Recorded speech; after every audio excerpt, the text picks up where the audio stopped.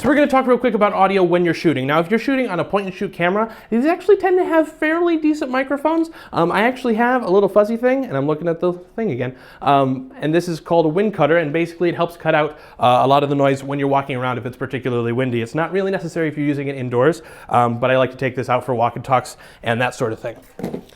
So that is one option. If you're using something like a DSLR, which is what I'm filming on right now, and I'm going to switch over to that audio right now, and it's going to sound not quite as good, and especially as I get further away from the camera. Now, the microphones on these just aren't built for video recording. You know, they're bad. And furthermore, depending on your lens, I'm going to put this on autofocus, and you'll hear this. As I step back, it's going to go ahead and ratchet in, and you're going to get a whole bunch of obnoxious clicks over your audio. So that is a bad, bad thing. I'll go ahead and let this focus and turn that off. Okay, good. Now, so there's another option, and this is a shotgun mic, and this is the Rode Pro. And this is something a lot of YouTubers use, and basically it's another shoe mount. We talked about the LED shoe mount lights before. Basically this mounts on, and you can plug it in. And I'll go ahead and cut to that so you can hear kind of what that sounds like.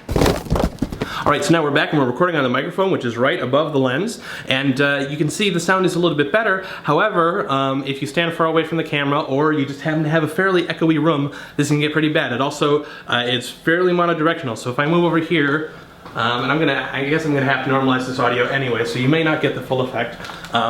But the sound is going to be much better if I'm in front, and the further away that I get from it, the more just random echo and reverberation, especially if I face up, then it gets really bad, you're going to hear.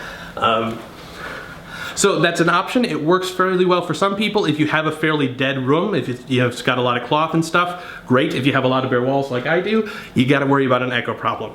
So what I actually do is I'm using this lav mic, which you're hearing now, if I've edited this correctly, and this is actually plugged into, right here, this is a Zoom H1. There's Zoom H1 and 2 and 3 and 4, I think. I think it goes up to 4. And basically, this is powered by a battery and runs into a micro SD card. And I can just set it to record. I can set the audio levels, and then I just clip this on here. And then I'll hit record on the camera, and I'll hit record on here, and hide it in my pocket, run it up through my shirt, and just clip this mic on. And it's got a little windsock on here to kind of cut down on random noise.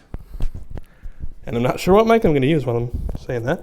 And this is basically, you know, another solution for me. I found that it reduces the echo a fair bit, and you know, even though I don't always necessarily like to wear it, it seems to provide the best quality audio for the stuff that I'm doing. So those are a couple of different options that you have. If you want to get really crazy and set up a big boom mic and stuff, there are other options that way to get the sound as close to you as possible. A general rule, though, is that the closer the mic is to the source of the sound, the better, because it means that you can get that volume right up to the point where you are not quite maxed out, and the background noise is going to be much less.